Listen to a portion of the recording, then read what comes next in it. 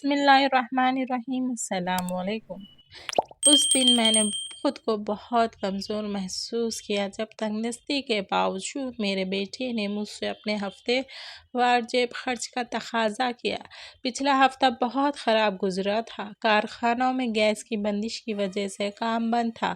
میرا کام بھی ٹھیکے کا تھا، یعنی جتنا کام کر لیتا اتنی اجرت مل جاتی۔ کوئی تنخواہ یا لگی بندی آمدنی نہ تھی۔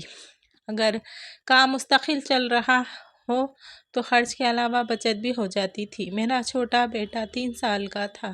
ظاہر ہے وہ ان معاملات کو نہیں سمجھ سکتا،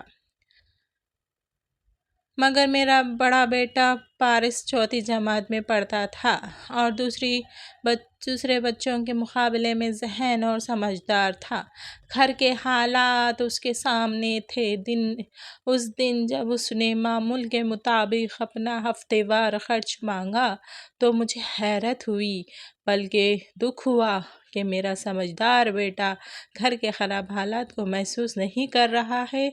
میں جو یہ سوچا کرتا تھا کہ پارس بڑا ہو کر میرا دست و بازو بنے گا، مگر سچی بات ہے اس دن مجھے لگا کہ میں اکیلا ہوں اور مرتے دم تک مجھے روزگار کے لیے جدوجہد کرنا پڑے گا۔ میں نے ٹھیکیدار سے 2 دن پہلے 1000 روپے ایڈوانس لیے تھے۔ میں نے جیب سے 100 کا نوٹ نکال کر پارس کی طرف بڑھایا تو اس نے ایک دم سے نوٹ لیا۔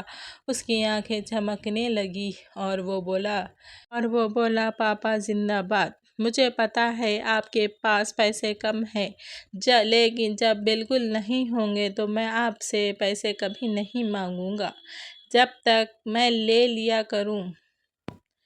میں نے بے دلی سے کہا۔ اگلے دن اور مشکل میں گزرے۔ ٹھیکیدار خود مالی مشکلات کا شکار تھا، اس لیے ایک دن وہ چپکے سے غائب ہو گیا۔ اس نے اپنا موبائل فون بھی بند کر دیا۔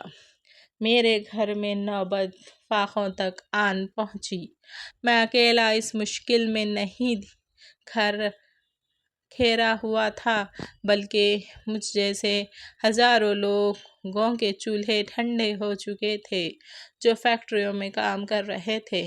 سردیوں کا موسم تھا، گیس کا پریشر ہو چکا تھا، مزدور طبقہ سڑکوں پر نکل آیا۔ میں بھی اس احتجاج کا حصہ تھا۔ ہم اپنے حق کے لیے مظاہرے کرنے لگے۔ پھر ان مظاہروں میں تشدد ہوا۔ پولیس نے جلوس کو روکنے کی کوشش کی۔ مظاہرین مشتعل ہوئے تو پولیس ان پر ٹوٹ پڑی۔ مجھے اس کے بعد صرف اتنا یاد ہے کہ میرے سر پر ایک ڈنڈا پڑا ہے اور میں بے ہوش ہو کر سڑک پر گر پڑا۔ جب مجھے ہوش آیا تو میں اسپتال میں تھا۔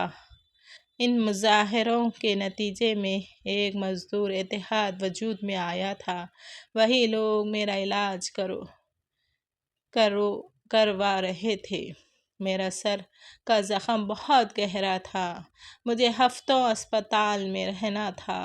میں سوچتا تھا کہ گھر کے اخراجات کس طرح پورے ہو رہے ہوں گے۔ ڈاکٹروں نے زیادہ ملاقاتوں اور بات چیت پر پابندی لگا رکھی تھی اور گھر والوں کو منع کیا تھا کہ مجھے پریشان نہ کریں۔ شاید اسی لیے میری بیوی اپنی پریشانیوں کا ذکر مجھ سے نہیں کرتی تھی۔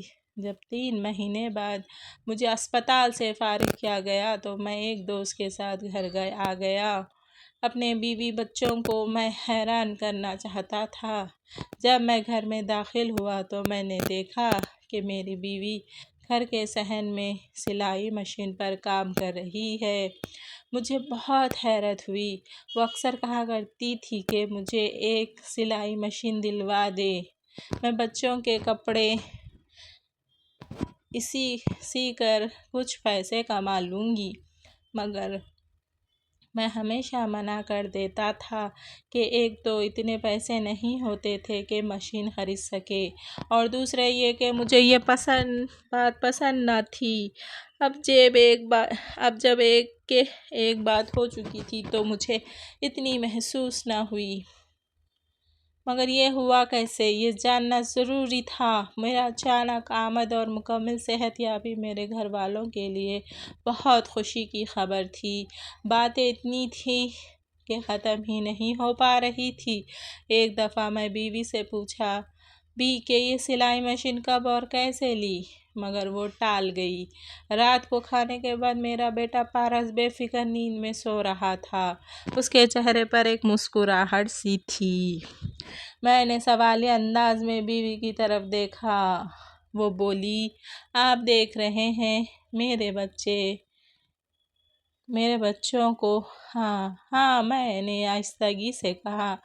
مجھے افسوس ہے کہ میں اپنی اولاد کی توقعات پوری نہ کر سکا۔ یہ اپنے ہفتے وار خرچ کے لیے تو تمہیں بہت تنگ کرتا ہوگا۔ نہیں، میری بیوی نے فخریہ لہجے میں کہا۔ آپ کے زخمی ہو جانے کے بعد اس نے مجھے بالکل تنگ نہیں کیا، بلکہ یہ اپنی عمر سے بڑا اور سمجھدار نظر آنے لگا۔ آپ پوچھ رہے تھے نا کہ میں نے سلائی مشین کیسے لی؟ پیسے پارس نے دیے تھے۔ پارس نے؟ میرے لہجے میں حیرت تھی۔ ہاں، آپ اسے جو جیب خرچ دیتے تھے وہ بالکل خرچ نہیں کرتا تھا۔ اس نے 2 سال تک 1 روپیہ خرچ نہیں کیا۔ عیدی کے پیسے بھی جمع کرتا رہا۔ آخر ایک دن اس نے جمع پونجی میرے سامنے ڈھیر کر دی۔ تب مجھے پتہ چلا کہ ہمارا بچہ کتنا سمجھدار ہے۔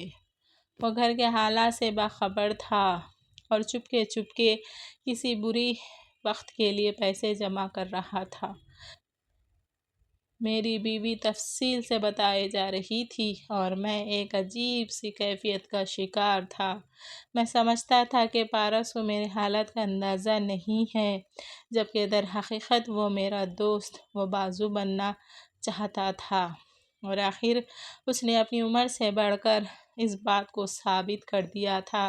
بیوی نے مزید بتایا، اس نے پارس کی جمع پونجی سے مشین لے لی۔ بازار سے کپڑوں کے ٹکڑے مل گئے جن سے اس نے بچوں کے کپڑے تیار کر کے فروخت کرنے شروع کر دیے، اور اس سے گھر کی گزر بسر بھی ہونے لگی۔ اب میں چاہتی ہوں کہ آپ میرے تیار کپڑوں کو ہفتہ وار بازار میں فروخت کیا کریں۔